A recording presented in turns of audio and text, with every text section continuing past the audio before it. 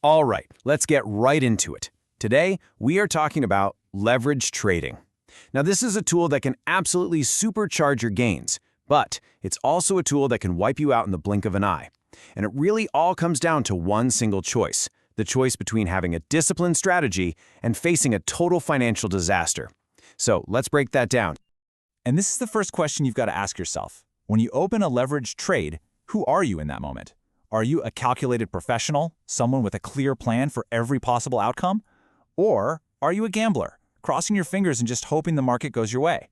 The answer to that question pretty much defines your entire trading career, and it's exactly what we're digging into today.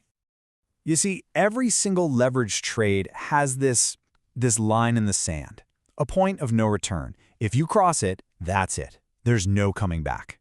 In the world of trading, this is the absolute ultimate penalty. It's a place you never want to visit. I kind of think of it as the forbidden zone. Its official name? The liquidation price. And notice that key word right there, automatically. See, liquidation isn't a choice you get to make. It's more like a kill switch that the trading platform itself flips on you. It happens when your losses get so big that your initial investment, your margin, is just about to be completely vaporized. So the platform just steps in and shuts you down, mostly to protect themselves. And when that switch gets flipped, well, this is what you're looking at. It's not just a small loss. It's not having a bad day at the office. This is a 100% loss of all the capital you put into that position. It's just gone. Game over for that trade. And that is the disaster we are trying to avoid at all costs. But here's the good news. It doesn't have to be this way. For every big, scary threat in trading, there's usually a powerful defense. And when it comes to the catastrophic threat of liquidation, our absolute best defense is a really simple, elegant tool, the stop loss. You should think of it as your own personal financial shield. So, a stop loss is basically an order you place before things even have a chance to go wrong. When you're thinking clearly, you decide on the exact price point where you say, okay, that's enough, I'm out. If the trade moves against you and hits that price, boom, your order automatically closes the position. You're the one in control. It's your pre-planned escape hatch.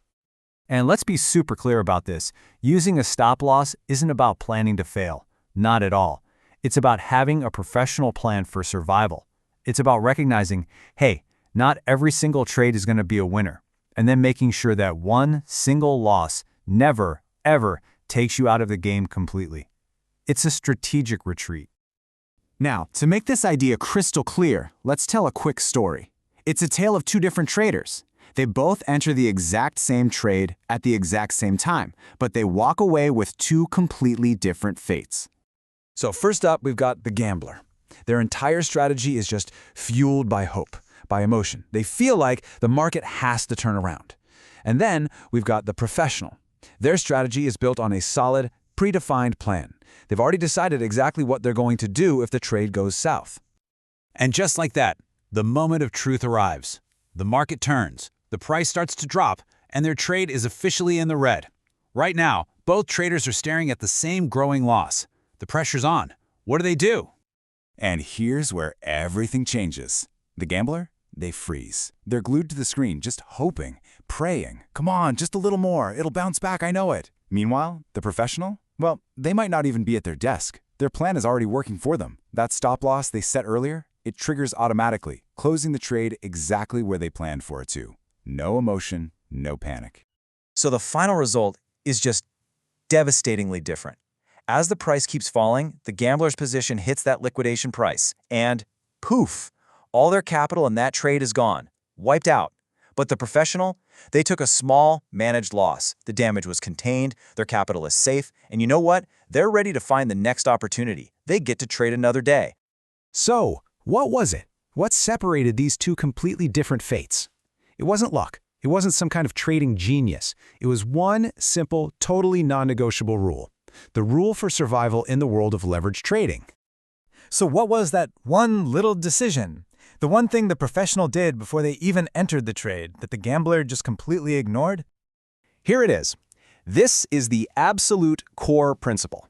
Your stop loss, it must always be set to trigger long before the liquidation price is even close to being hit. Your exit has to happen on your terms at the price you decided on, not at the exchange's price of total annihilation. I mean, think of it like a hierarchy of control, right? Your stop loss is your decision. It's the controlled exit that you planned out. Liquidation, that's the platform's decision. It's a forced exit that happens when you've already lost all control. So the golden rule is simple. Your plan has to override the platform's final brutal verdict every single time.